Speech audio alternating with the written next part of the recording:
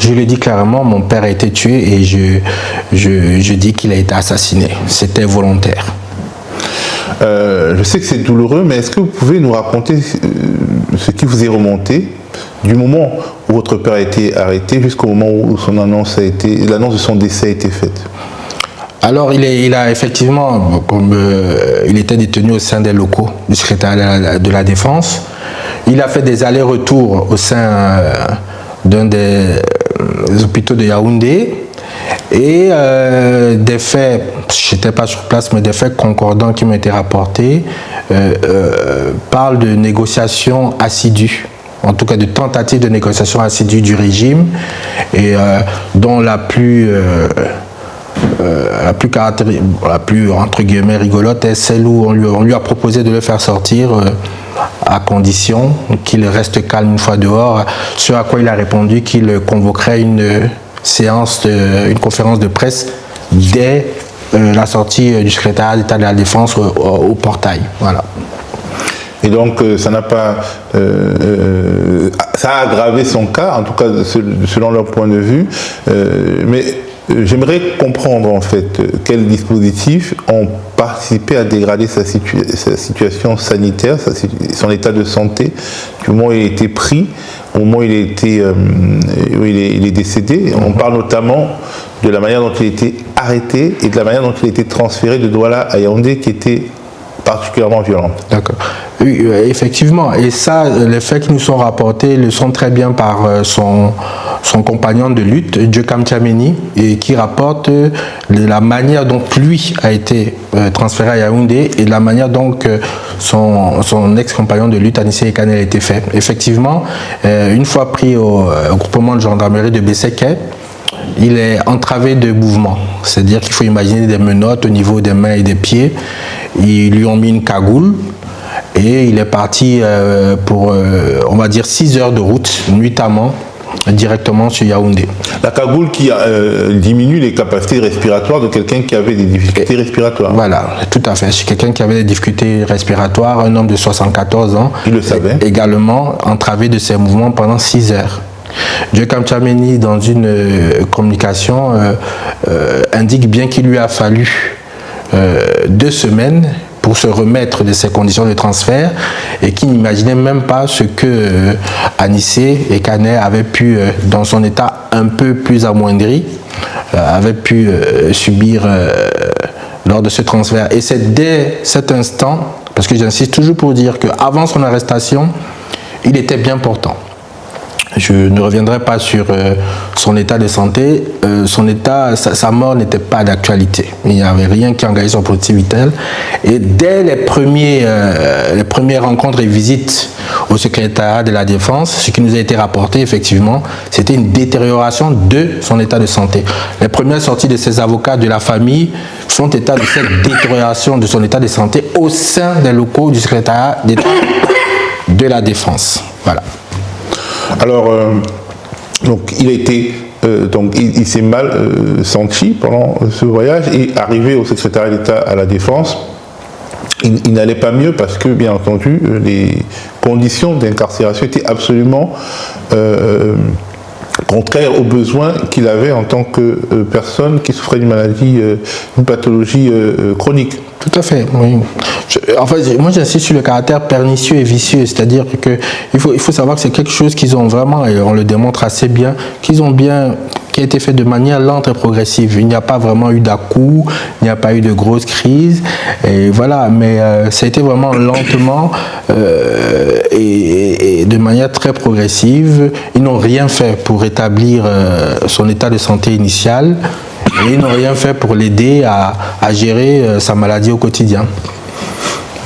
Alors, durant son incarcération, on l'avait dit, Anissé Ekane aurait été entrepris par le régime. Vous pensez que c'est parce qu'il a dit non qu'ils ont aggravé ces conditions d'incarcération? Je le pense que d'autant plus ces négociations, ces appels avaient commencé quelques jours avec son arrestation. Donc, il m'avait bien indiqué clairement, je ne le ferai pas ici, quel était l'auteur de cette tentative de négociation, auquel il avait répondu de manière claire et sans aucun équivoque que c'était son but, le début pour lui de toute négociation, de toute discussion, était le respect de la vérité sortie des urnes le 12 octobre 2025. Alors c'est ce refus de transiger que le pouvoir de Yaoundé a manifestement mal vécu au point d'envisager l'irréparable.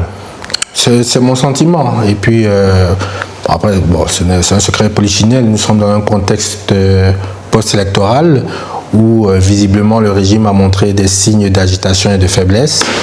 Et pour moi, il l'a dit. Hein, je vous rapporte des propos qu'il a dit à ses camarades quelques jours avant sa mort, où il disait « Je paye aujourd'hui le prix de ce que nous avons gagné ». Il était intimement convaincu, comme beaucoup d'entre nous, de la victoire de Issa Chiroma Bakary au soir du 12 octobre 2025. Alors, après la mort de votre père, le ministre de l'administration territoriale, Paul Atanga-Ndji, s'est livré à une sorte de séance télévisée d'injures post-mortem, je ne trouve pas l'autre mot, martelant que Anissé Ekanoué n'était mort ni en héros, ni en martyr. C'était un moment télévisé assez étrange, comme s'ils avaient peur de l'aura d'une personne qui n'est plus. Est-ce que vous avez regardé? Je l'ai regardé de bout en bout. Je ne l'ai trouvé pas étrange, je l'ai trouvé gênante, cette séquence. Et j'ai été particulièrement ému par les réponses que lui ont donné les Camerounais et qui lui ont dit que ce n'était pas lui qui érigeait un Camerounais en martyr ou en héros et que le peuple le ferait. Effectivement, après, nous ne sommes pas à une ou deux déclarations gênantes du ministre de l'administration territoriale qui va même souvent dans des délires mystico-religieux, climatiques, qui parle du Cameroun comme étant le seul pays où on glisse en saison sèche. Pour moi, les membres du gouvernement sont dans une logique, j'aime souvent utiliser le terme de roue libre, où il y a très peu de limites et très peu de cadres. Alors, le pouvoir camerounais aurait initié une autopsie sur le corps de votre père sans l'aval de votre famille. Tout à fait. On est donc pas une contradiction près. Et alors oui, 24 heures, mon père est déclaré décédé. Le lundi matin, 1er décembre, entre 7 et 8 heures.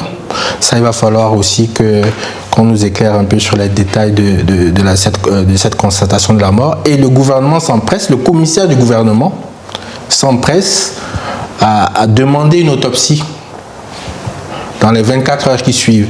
Ce à quoi les avocats mandatés par la famille vont s'opposer vigoureusement et en demandant la possibilité de choisir des médecins indépendants.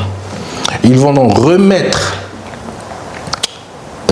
cette autopsie à plus tard et moins de 6 heures après, ils nous adressent une missive en nous disant que l'autopsie aura lieu dans 24 heures. Moins de 24 heures. Donc on est à 48 heures du décès de Ekane Anissé et le gouvernement, sans que nous puissions comprendre pourquoi, s'empresse à faire une autopsie 24 heures, 48 heures après, malgré l'opposition de la famille, qui demande par un mandat clair et précis à ses avocats que l'autopsie soit reportée et soit faite par une équipe indépendante. Voilà, c'est ce flou politique, artistique, mystico-religieux dans lequel aujourd'hui, voilà les circonstances que se déroulent les circonstances de décès et post-mortem de mon père. Alors, est-ce que vous avez l'intention de vous lancer dans des procédures judiciaires hors du Cameroun? Peut-être c'est ce qui effraie le pouvoir. Alors, visiblement, les discussions sont en cours et même très avancées. Donc, au niveau de la famille, au niveau de son épouse et de ses ayants droit, nous sommes en train de réfléchir à la question et je peux dire, moi, ceci en mon nom personnel, que les poursuites auront lieu. Nous sommes à la phase de recueil et de collecte des faits, des données, et nous ne pouvons laisser passer de cette manière ce drame, et de toute façon les Camerounais ne nous le pardonneraient pas. Parce que Mouna Ekane, fils aîné du défunt Anicet Ekane, affirme sans détour que son père a été tué pendant sa détention et répète que les autorités en portent la responsabilité. Il dénonce une prise en charge volontairement défaillante alors que, dit-il, les alertes sur l'état de santé d'un homme malade ont été ignorées. La mort d'Anicet Ekane, survenue dans la nuit du 30 novembre au 1er décembre 2025, alors qu'il était détenu, a immédiatement provoqué une onde de choc et des interrogations. Ses proches et certains observateurs parlent d'abandon médical et contestent la version officielle qui indique un décès dû à une maladie. Selon les récits concordants publiés dans la presse et relayés par sa famille, Ekane souffrait de problèmes respiratoires chroniques, sa santé se serait aggravée durant sa détention et les tentatives de la famille et des avocats pour obtenir une prise en charge adaptée n'auraient pas reçu de réponse suffisante de la part des autorités. Dans la bouche de Mouna, ces faits deviennent une accusation explicite. Il parle d'un traitement contraire aux besoins d'une personne atteinte d'une pathologie chronique, privation d'oxygène ou d'équipement médical, lenteur, voire refus d'acheminer le détenu vers des soins externes.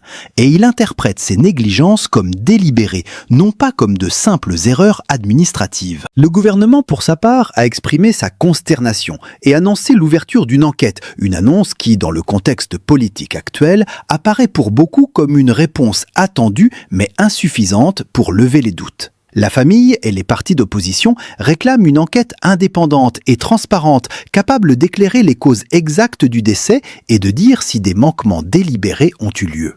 Il faut constater froidement que l'émotion et l'indignation publique ne remplacent pas une procédure qui réponde aux standards minimaux d'une enquête crédible.